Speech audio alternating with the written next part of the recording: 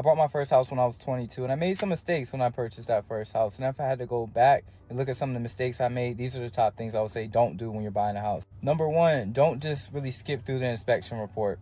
Really read it very thoroughly and ask the inspector to explain all the things that you don't understand. Number two would be to get a home warranty. I didn't get a home warranty.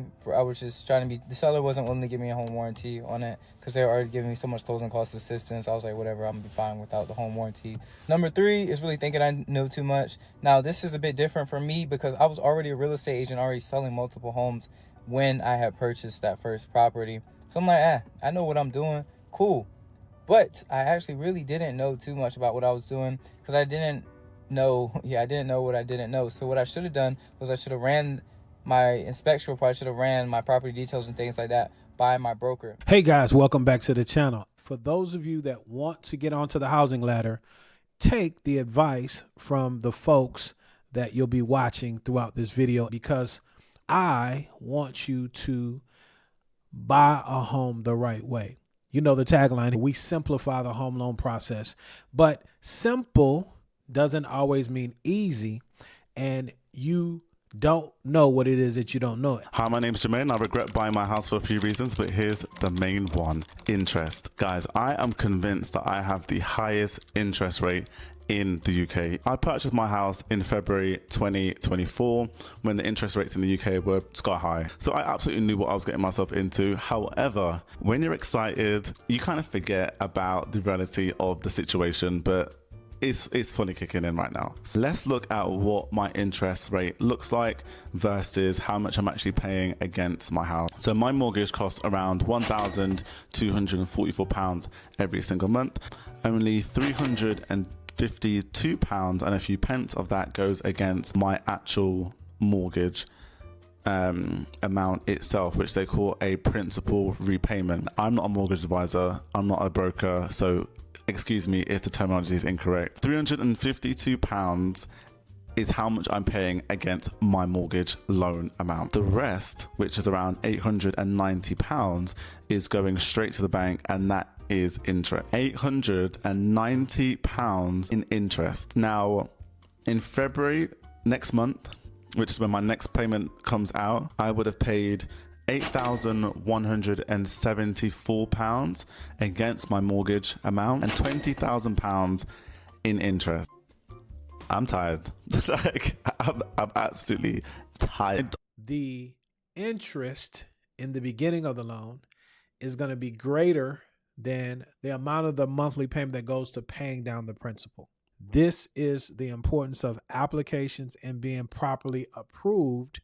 You really have to have those advisors, people that can sit you down and say, hey, I know this is exciting, but this is what this looks like. Questions you should ask: how much money will I pay total in interest if I carry this loan for 30 years?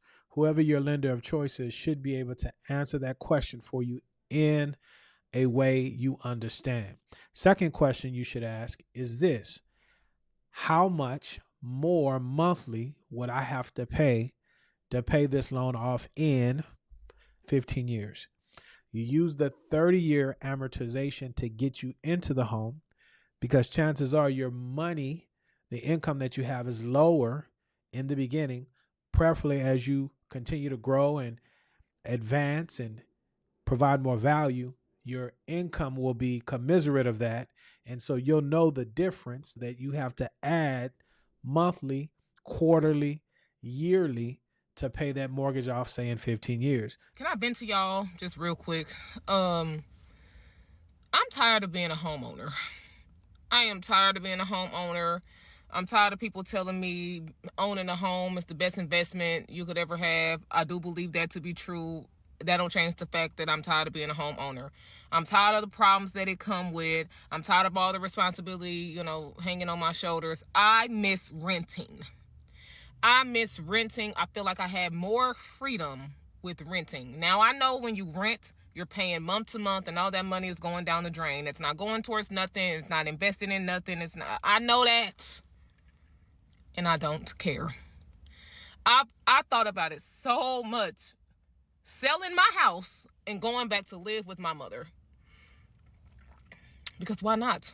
I don't have kids. I don't have a man. I don't have any drama that I would bring my mama, and I can pay all her bills. Mind you, my mama still live in the projects and income-based housing. She doesn't pay rent anyway. We'll be over there living like kings and queens. Jesus Christ.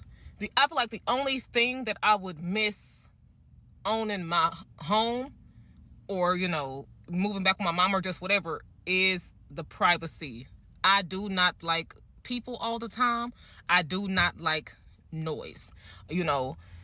But when you move in with somebody or any sort of living adjustment, then you have to understand what that comes with. You know what I'm saying? And I'm just tired. Not saying that I will go live back with my mama, not saying that I will go back renting, not saying that I'll get a roommate, you know, all those things is an option. I'm just tired of being a homeowner. I'm tired of the issues that arise, and I look left and I look right, and the responsibility is still on you. Like, there's just no help. I'm so tired. Owning a home, I don't give a damn. Owning a home is not what it used to be. I used to take pride in owning a home. I want to sell my home bad. Let it be somebody else's problem. And I like my house. Like, when I bought it in 2020, it was newly renovated. I bought it during COVID, and I paid pennies for it. And my mortgage is cheap, and I know I shouldn't complain, honey, but I'm still going to complain because it's mine, and I got to pay for it, and I'm going to do whatever it is I want to do. And I'm just tired of the responsibility, if I can only be honest. I feel like I had less responsibility with renting. Like, if I had one problem, I can call the landlord. You know, I'm calling the maintenance man. I'm calling somebody else to fix the problem. I got a problem now. I can call somebody, but then my phone gonna ring because I gotta fix it. If you find yourself in that situation, hopefully you have enough equity, especially if you bought in 2020. You should be good. Sell it. Sell the house, because all the things that you mentioned as far as upkeep and maintenance is not going to change. The frequency in which you have to change things really depends on you being proactive. To everyone that likes that decision, hey, I want to rent, and let someone else handle the maintenance and so on and so forth. Don't try to dictate what the rent or the prevailing rent is, because you can't. And so you have to remember, you don't want to deal with those things. And so there's a cost as well as a profit. It's a business. Lastly, I would say this: consider those of you that don't want to deal with housing in particular, then you must make sure you're playing a different aspect of the game, the American system. It's about assets. Homeownership is a part. If you don't want to do that, you got to make sure you're investing and not just letting your money disappear in thin air, because your future self is going to be upset. Existing housing, people that own their homes, we're going to keep them wealthy. We're going to keep those prices up. We're not going to destroy the value of their homes so that somebody that didn't work very hard can buy a home. We're going to make it easier to buy. We're going to get interest rates down. But I want to protect the people. I want them to understand it. You know, there's so much talk about, oh, we're going to drive housing prices down. I don't want to drive housing prices down. I want to drive housing prices up for people that own their homes. And they can be assured that's what's going to happen. Yeah, you heard it straight from the horse's mouth. And don't get it twisted. It's not just him. It's all of the politicians, because they're all homeowners. They own investment property. It's a part of the game. If you want to get onto the property ladder after watching this video and you say, you know what, Robert, I agree. It's time to take the next step. I just want to make sure I'm doing it the right way. Well, you're in luck, because I'm a lender. My NMLS license number is 180100, and I've been blessed to do this over 20 years. My contact information is in the description below. Reach out. Let's have a conversation to see if we're a fit. My time is up, but I thank you for yours. As I always say, guys, let's be good to one another. Let grace abound. Watch these next 2 videos.